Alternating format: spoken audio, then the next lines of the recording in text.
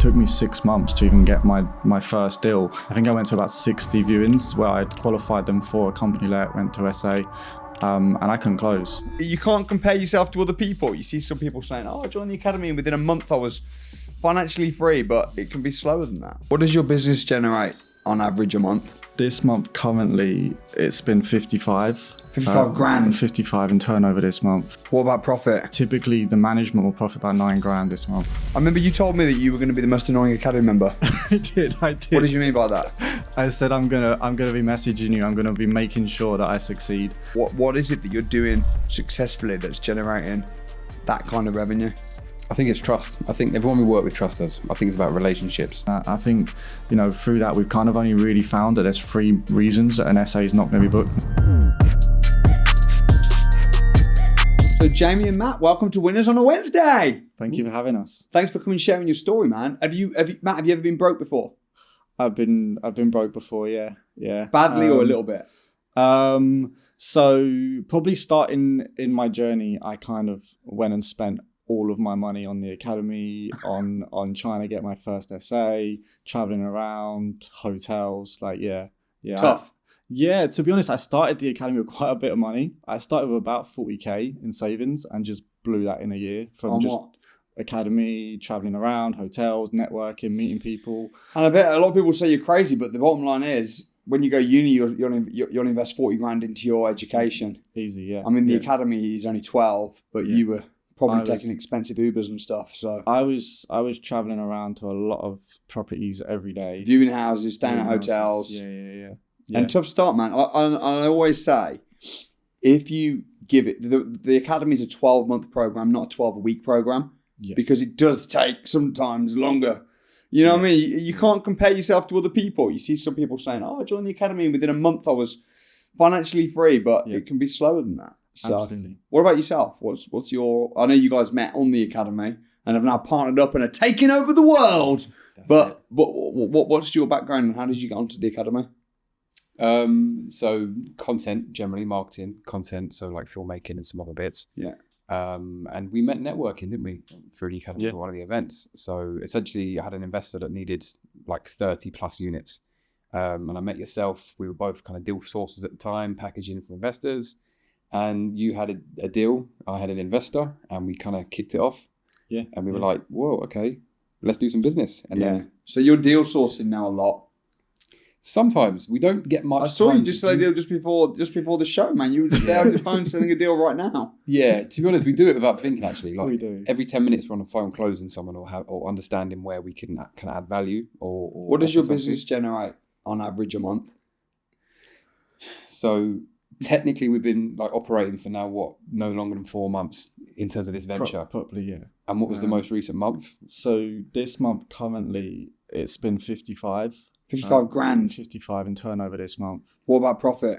So profit-wise, because a lot of it goes out to investors themselves, so we manage the properties and we pass the bookings on. But typically, the management will profit about 9 grand this month.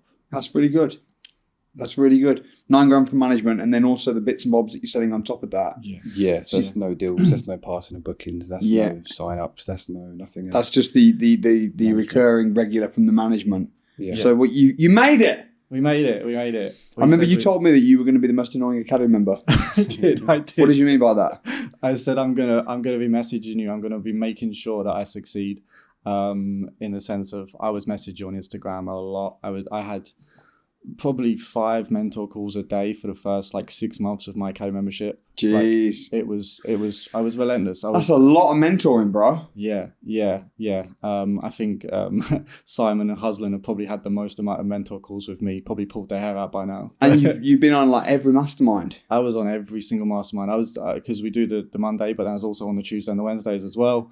I was on every single mastermind. I always say though, that there's no way, it's never happened, you can be an academy member and actually take action and be on the masterminds once a week.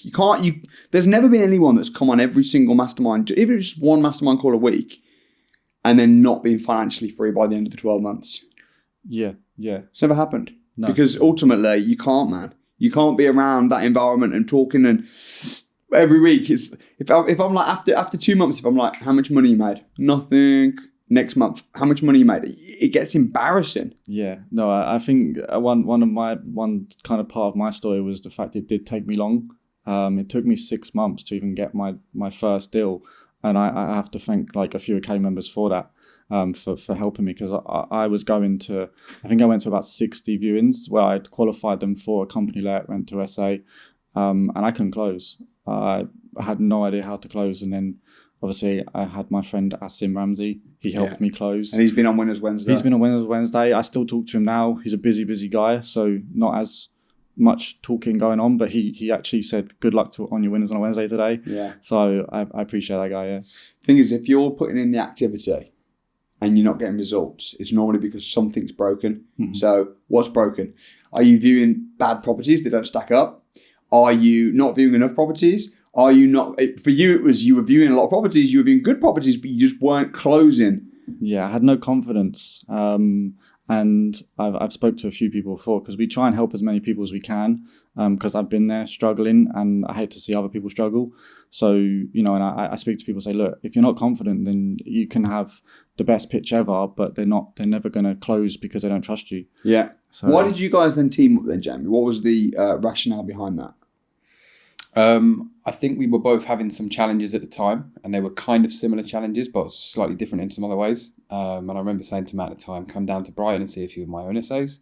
I'll kind of show you what I've got going on down here. And then you came down to Brighton. It was literally the first time we met outside of meeting.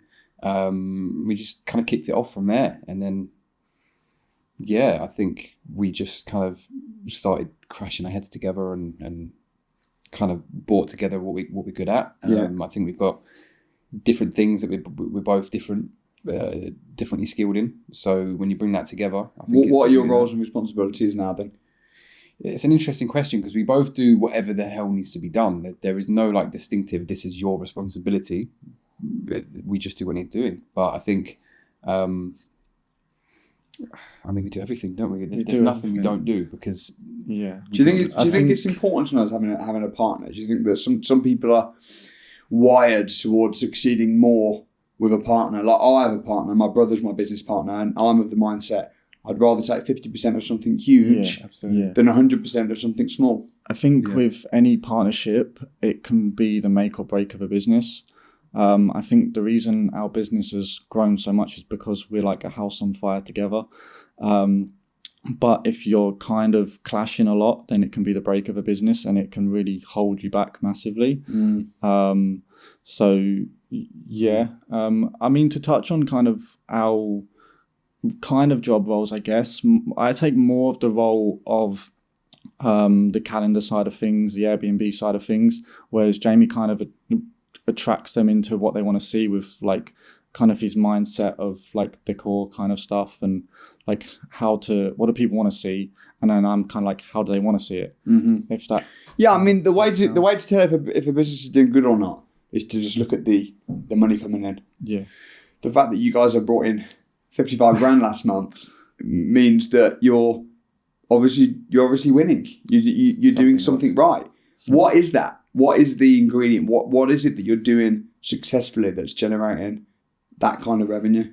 I think it's trust. I think everyone we work with trusts us. I think it's about relationships, right? I think to generalize on the answer, a lot of our clients, or some of our clients, have really bad property deals. So like they've essentially took a property on without running their own due diligence, and they're not the ideal figures. So some of our clients have, obviously I won't name anyone, but one of our clients specifically has a rent-to-rent from somebody that acted as a landlord, but wasn't. It was a company already on a rent-to-rent to a rent-to-rent. So there's so many people down that chain, and every time there's an increase of rent about 400 quid. So this guy at the end now is like, it ain't going to work. Like, it's not working for me. The numbers don't make sense. There's no money in the deal. Like a terrible daisy chain going on. Yeah, very Sounds bad. like a right mess. So this is the kind of situation we come towards us, and we sit and we look, we do our own due diligence, we work the figures out, and we work out where they'll break even, and we're like, damn. So this deal at the minute is not an ideal deal for anyone, managed or not. But it's like a 90% break even. Like, it's crazy tight. Yeah. But he went from personally putting in like 6-7 grand a month, it's an apart hotel we've just taken on, to now actually mitigating his loss entirely and making money at that stack, which is kind of not doable. A lot of people would just say, mate, like, No chance. You've got a bad deal there. So is your skill then being able to maximise bookings on properties, would you say, and that's what you're doing, you're managing people's properties even if they've got themselves into a bit of a pickle, but they're not making much profit, and then you're using the algorithms of Airbnb, using the right channel management softwares and systems, and you're just pushing the rent high, and then you're taking a percentage profit of that. Yeah, absolutely. So is that your key skill as a business? Pretty much, yeah. I'd say it's one of our strongest is definitely getting you seen and getting you booked. So let's talk about that then. How do you know if a property is going to work for serviced accommodation versus maybe it's just not meant to be? Maybe it's just better as a single family home. What due diligence and market research can you do to figure out if it's going to work well? So kind of research we would do is, what's in the area, what are people wanting, is there demand, is this a good quality property, because we have properties in locations that you wouldn't expect to work. Like where? So we've got one in Brighton, and obviously everyone says Brighton, but I remember you kind of saying on a crash course, you zoomed into the area we have one in, you was like, this area doesn't work. I was like, we have one in that area and it's fully booked. Wow. Because when I say this area doesn't work, what I mean is this area doesn't work easily. Yeah. Right? This area would not be a typical area. I wouldn't necessarily say this area cannot work. It might be that if you can tap into contractors and relocators, it could, but it's going to be a tough nut to crack. It's fully booked just off that. Off what? Contractors and relocators. Right. Quite literally. There we go. Do you know what I mean? But you have to work to make that happen. You can't just stick it on Airbnb. No. If you get a property in a council estate where there's no hotels around and just stick it on Airbnb, it's failing. With IKEA furniture, you ain't going to get any bookings. No. You'd be better off renting it to a housing association, renting it to a family home, or maybe passing it to you guys and seeing if you can make some magic. But that's a tough nut to crack. It is a tough nut to crack. Yeah. How do you target contractors? A lot of them do actually come through OTAs like Airbnb, Booking.com. A lot of them do come through there. But then they kind of always reach out to us direct as well. It's in their favour. Yeah, it's in their favour because a lot of time they want the cheapest rate possible. And if they can see that your website looks nice, it looks good, they automatically trust you more. So then a lot of the time they'll come direct to us and we'll put them in there. And then a lot of the time as well, if they've got a lot of work going on, they end up extending. They just extend and extend. How did you spend 40 grand man in that first year? It doesn't make any sense. I can't get that out of my head. That is so unnecessary and ridiculous. I mean, 12 grand for the academy, I'd say is very good. But 40 grand? What? That's a BRR. That is a BRR, yeah. Did you buy a BRR? It didn't work? No. So my first rent to SA wasn't going well for quite a while. It was getting booked, then it wasn't. Then How much money did you put into it? So I put, to start up, I put about 9 grand in, and then I was putting probably about £1 grand a month for rent wise in. And it just wasn't working. Wasn't working. Why? Do you know what? One thing I massively overlooked when I first started out was quality. I kind of had the mindset of, if there's demand, and someone's going to stay. The property did really, really well for a marketing standpoint of view. I was getting probably about 10,000 views a month on that property. But no one was booking it. No one was booking. Is that because the pictures weren't good or the furniture wasn't good? Pictures, furniture, the property itself. Why though? Because were you working at the time? Did you have a job? Were you just too busy to run it properly? No, I was full-time. You were just shit. I was, I learned a lot from that. You were just really shit. So I was great at getting, and that's still my strong suit now, is I'm great at getting properties in front of people. Like, are you a different Matt from 2 years ago? 100%, absolutely, 100%. From 6 months ago. From 2 months ago. Yeah. You've just grown massively as a businessman. Yeah, absolutely. I was very, very anxious and shy when I first started. Hence why I went to about 60 qualified viewings that they qualified it. All I have to do is pass them a contract, and I couldn't even get that across the line. You were just anxious. Beyond anxious. And I do thank Jamie a lot for that, to help boost my confidence, and yourself and all the mentors for allowing me to gain more confidence. Did you ever think after 6 months of trying and just losing money hand over fist because you were shit, Did you ever think, I'm not cut out to be an entrepreneur? No, absolutely not. Where did that belief come from, that you knew that you would grow and you would change and you would turn it around eventually? I think I always knew from when I was very, very young. I always said I'm going to be a successful businessman, entrepreneur. I've tried multiple different avenues. I tried e-com, affiliate marketing. How many jobs have you been fired from? To date, 5 or 6. So you couldn't even hold down a job, No. let alone a business. It's an achievement. That is an achievement, yeah. You So kept getting fired all the time. Well, I knew you were going to be successful because you kept showing up. Yeah. And I say this, and this is your living proof. You've probably heard me say it many times. 80% of success is just showing up. If you can just keep coming, getting back on the horse, getting to the networking events, coming to the training, showing up to the masterminds, eventually the successful people around you and the mentors and the team and the community, it will shape you and it will rub off on you eventually, even if it takes 6-12 months. Yeah. And you did do that. Absolutely. I said to myself I wouldn't give up. And I'll keep going. How did you find it coming to the events in the early days with your anxiety? Was that a problem? Was that fine? That was hard. But I basically said to myself that if I've got this major anxiety, there has to be a change, right? But if I'm just going to keep telling myself, I got anxiety, no, I'm not cracking this, and then I'd still be sat at home with anxiety now. So you kind of, the sad reality is kind of have to get up and deal with it. Where did the anxiety come from, do you think? Where did it come from? I mean, I've always been like the, what do you call it, black swan of the like, I've always wanted to do something, and I think everyone's always looked to me kind of like, just like this outcast kind of person. So I never really had many friends when I was growing up. Didn't really have any relationships until I was 20 odd. So I was quite always nervous. But I think that's probably where it came from. And it was only the fact that joining the academy and being able to speak on stage about, what I'm doing and meeting Jamie, I think... That's mad though that you were speaking on with that kind of social anxiety. My heart was pounding. Because I'll pull you up on stage. I'm like, Matt, you have to give an account. What you done this month? Go. Yeah. 200 people in the room. Yeah. And I think the first academy dinner as well, like my heart was pounding when I was like, I just signed my first month booking. Like, yeah, my heart was pounding, and I was trying to picture everyone naked, so I don't. You do that naturally. Do you know naturally? Yeah, no, I shouldn't have said that. And there's like 300 people there, and you're on stage sharing. That is mad. That is some achievement. You have to. If you want to be successful, you can't let things hold you back. Yeah. No wonder you weren't able to sell or close. I couldn't, and I speak to, I said to Asim, like, why can't I sell? He's like, Matt, you're just waffling. I was like.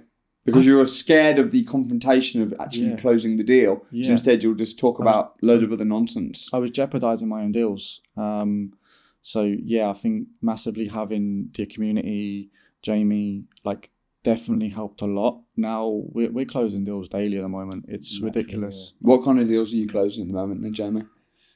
So at the minute we've got a really nice luxury 7-bed on the River Thames with a boat at the bottom, sauna, hot tub steamer and pool, like really high-end luxury stuff. Way to like commercial LOAs. We've got a family restaurant with units up the top.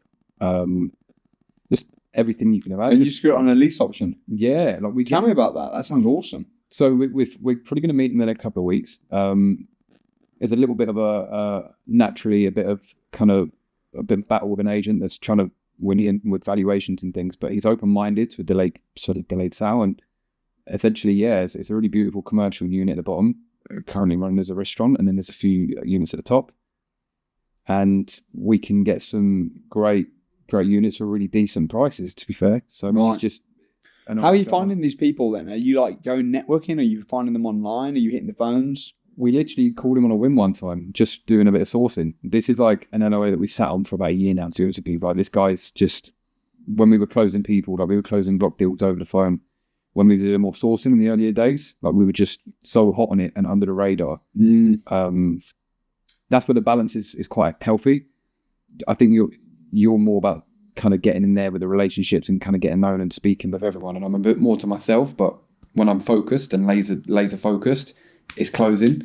So when we come together, I think it all just went whoosh, didn't it? Like the closing was How natural. do you manage your reputation within when you're growing so quickly, and you've got how many properties have you got at the moment under management or under control? So 22, managing like 21, 22. The one we just closed before this will be our 21st, so that will go live in a couple of days. That's a So 6-bed as well. live is 20, incoming will be another 7 or 8. And are those properties mostly houses, flats? Mixture. Mixed. We got a par hotel, so mixed. How big is the apart hotel? The one we closed just now is another 6-bed apart hotel. They're all singular lets within one. So a lot of how many? Do you know how many units then you've got? Well, if we include that as 6, the one as 6, we're It's- near to 30 now. Yeah, right? close to 30. It's quite ridiculous. So if you've got like 30 units and you're managing all these properties, dealing with all these investors and growing quickly, how are you ensuring the quality of the delivery? Because ultimately, I mean, you guys have got a pretty decent reputation. I only hear good things from investors and people that the properties that you're managing. How do you ensure that you can deliver and follow through? For the investors or the guests? Yeah, everything. Everything, the whole everywhere. business. Yeah. I think it comes down to systems, it comes down to relationships, and it comes down to kind of experience and having open conversations with everybody and just having that open, transparent process with everyone, whether it's cleaners, whether it's cleaning teams, maintenance guys. Yeah, whether it's- because you've got contractors now, you've got VAs. That's it. So even the VA is doing incredible. We need more hours with this VA. Where are they We need based? more VAs. So at the minute, this VA is in the Philippines. Yeah. But we need to take more on, to be honest, because we're scaling so quick. So we're taking more on. What does the VA do? I mean, at the minute, doing quite a lot for us. yeah, right? she's basically so. like another business partner. That's how much work she's doing. Really? She's doing a lot. She's doing the listings. She's making sure the listings are still on the first page of Airbnb. So she's solid. She's amazing, and she's only been with us like 3 weeks, and she's just taken off. How much does she pay her? £500 a month. Yeah. That's not a lot, is it? It's just not a a deal. lot. Do you know what I mean? Like you do one a month. I mean, it's like a fifth of the deal. So Yeah. 500 it's- pound. And and how many it hours is itself. she working for that? So 3 it's hours a day. 3 hours a day, 7 days a week. Wow. But So what's we're gonna funny have as to double well, that. what's quite funny as well is she does, because she does the listings, we actually just passed on a booking, and we got 600 quid out of that. Just so yesterday, yeah, so just yesterday. So she paid herself for one booking, just from being optimized, being seen, and we don't even need to trained manage her it. up from nothing. But what you guys are good at then is outsourcing the mundane stuff that you don't need to do yourself, and then focusing on actually growing the business, Growing. but ensuring that the delivery is there. Absolutely. It's all about the delivery at the end of the day, because you can have as much going on as you want. You can scale as quickly as you like, but you can lose it just as quick. And Yeah, you can, yeah. You need the security. So I've always been a bit more, I'd say, grounded, and I've always said, this is great, it's working evidently, but there's no security. So we need to just have systems. We need to have the bigger picture as such. Yeah. And when we started implementing systems and just thinking about them next steps, it all just started tightening up and making sense. What advice would you give to somebody that's in a regular job that's wanting to start from the ground up in property? What would you say is the best practical advice for them? Because you guys got started from scratch with no property experience prior, and now you're doing 55 grand in turnover a month, which is incredible. So what advice would you give to someone starting out? I think if you know nothing, you know no one, and you've never even thought of it before, property specifically, you have to start by just becoming aware of what you're not sure of. I think that's the hardest thing, is sometimes you don't know what you don't know. And even when you get to a certain level and you hit certain beats in your story, you then go, okay, but now what? You still don't know what you don't know. So it's a continuous journey, right? It's relative. Yeah. So I think you just have to put yourself in environments and have those conversations with people that do know something. And it could be something so minute. It could just be about, it could be their experience as a guest in an Airbnb. And it could be enough to just open your eyes to, oh, okay, well, I'd like to have been the host on that, actually, because the way they've just spoken about this property, it gave me a bit of excitement. Yeah. It could just be any small nugget of just, I agree. And awakening. also not being afraid to ask the stupid questions. yeah. When you start out, there's people that are afraid to ask a question because it seems too basic. But you got to ask those You questions. have to be that guy. You just have to. Yeah. You have to. And it's just- not annoying, even with Matt, when Matt said, like, oh, I'm probably the most annoying person on the academy. I always tell people, you know what? Book as many mentoring calls as you possibly want. There's no cap. Yeah. Like, you got to utilize your mentorship, man.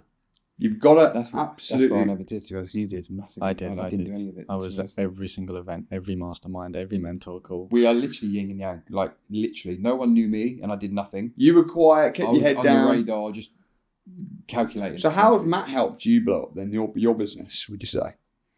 I'd say Matt's helped me from Because he credits you an awful lot. So I'm wondering Sure. how he's helped you blow up. Yeah, I'd say Matt's helped because in his early days of the journey, he was the guy everyone knew in the network. Because he'd been showing up. Because he was showing up. So was it almost like he had a big network, everyone knew him, he had lots of landlords and lots of opportunities and low-hanging fruit, but he couldn't quite close them and then you came along and just closed them. Yeah, and it just started blowing from there. It was just like, all right, let's sit down, let's talk. And it was Interesting. bang, everything was closed. And the people you helped as well, we're always givers. We're always going to help anyone regardless of where they're from or what they're going through, because we've both come from humble starts. Right? Like working class, kind of weren't born with a silver spoon in your mouth type Far of thing. from. Absolutely. Yeah. So Where I did you think- grow up? South London. Yeah. So I just think, you grow through what you go through.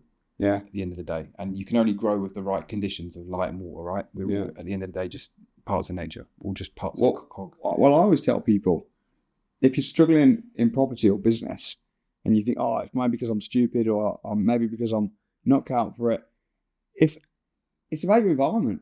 Absolutely. It's the same with Matt. If a flower in a house plant isn't blossoming, you don't blame the flower as it's a stupid flower. You put it in the sunlight and you water it. And what Matt needed was to be put in the sunlight, put on stage, pushed out his comfort zone, watered and showered with mentoring calls and support. And now you're shining brightly. Absolutely, and I can't thank you enough, obviously, for that, and can't thank Jamie enough for that as well. Yeah, absolutely. We're just at the start, and I think a lot of what we wanted to do is just help people, because we see a lot of people struggling, and I was there at one point. So I think that's the amount of landlords that are struggling now with the new tax changes, and the fact that the interest rates have gone up and house prices have gone down. Yeah. Yeah. So but people don't realise, because they skip the seminar, what they can do. What would you say has been your hardest, your biggest struggle that you've had, and the lesson from that, Matt? Like, you've been through a lot of ups and downs. Yeah, biggest struggle was absolutely the confidence issue, and kind of getting started. I think everything I went through, I struggled. So getting the deal closed was the first struggle, and then when I got the deal closed, it was then, well, now how do I get it booked? That was another struggle. And I think there's always been, and you say there's always going to be struggles no matter where you're at in your position. But now we've got the struggle of how much tax we're going to be paying. So, So that's a good struggle. Yeah, so I'm a bit worried to see that from the accountant, I think. But that was definitely my main struggle, was the confidence of, and even just getting booked on the essays. And now I've managed to figure out, the issues that was causing it. I think, through that, we've kind of only really found that there's 3 reasons that an essay is not going to be booked. And that's quality, area, and management. And if you can get them 3 down, you'll rake it in. Well, at least. Absolutely. At least make something. You'll be on page 1 and you'll be in the position to be booked. Yeah. It's as simple as that. Do you play computer games? No, I haven't. Did you ever? I used to be addicted to GTA 5. Okay. So GTA, that's pretty. Yeah, I used to, but to be honest with you, I haven't played Xbox or anything since the day I joined the academy. I have no interest for it now, to be honest. Well, now you're doing it in real life. Yeah. What I was going to say about computer games is, when you play a computer game and you get stuck on a level. Yeah. When you crack that level and you go, now you can get through it every time you breeze through it. It's the same in business. Yeah. If you get stuck at a problem, I can't close a deal. I can't get bookings. How do I save on taxes? Once you've cracked it, you've unlocked a new level, and you can now do it. And that's kind of what you guys have done. Yeah, no, absolutely. Very good way of looking at it, Because life is a game, right, at the end of the day. Yeah, business is a game. And the only way to keep track of whether you're winning or not is by to look at the bank. Play or be played. Yeah. Well, what would you say, Matt, biggest advice people want to get started in property? Biggest advice? What would you say to yourself a year ago or even 2 years ago? Because when did you join the academy? It must be about a year and a half. About a year and a half, yeah. So if you were speaking to yourself from a year and a half ago, just before you took the plunge? So do you know what the annoying thing about myself as well is? I found you in 2018. Jeez. So, and I didn't join until 2022 For a reason. for a reason. But I kind of look back and say, I remember it was your American Financial Freedom Yeah, Challenge. that was 2018. Yeah. That's when I found you, and I went, no, it's probably all fake, and I fell for that for 4 odd years. So you know, if it's in front of you, pursue it, and don't look back. And yeah, go for it. Luckily, you're still young. Yeah. Some people are in there. I was chatting with someone on Wednesday a couple of weeks ago, Leslie and Chris, and they said, I wish we started younger. And they're like, I don't know how old they are, in their 50s, maybe 60 or something. And it's like, okay. But you are how old? I'm 27 now. Pretty young. So it's still young. How old are you, Jamie? 25. Very young. So you got a lot to build now. Absolutely. A lot to conquer. Well, guys, I appreciate you sharing your stories, man. And I just want to say well done for working so hard. I want to say, Matt, well done for persevering. A lot of people would have quit. I've seen it a lot. 6 months in. I mean, even when after you joined the academy and you were 6 months in, still struggling, not getting anywhere, you could have quit, but you didn't. You unlocked and got to the new level, and I want to commend you for that. And Jamie as well. It's been great seeing your growth. So I look forward to seeing what the future holds. And thanks once again for sharing your story. Thank you.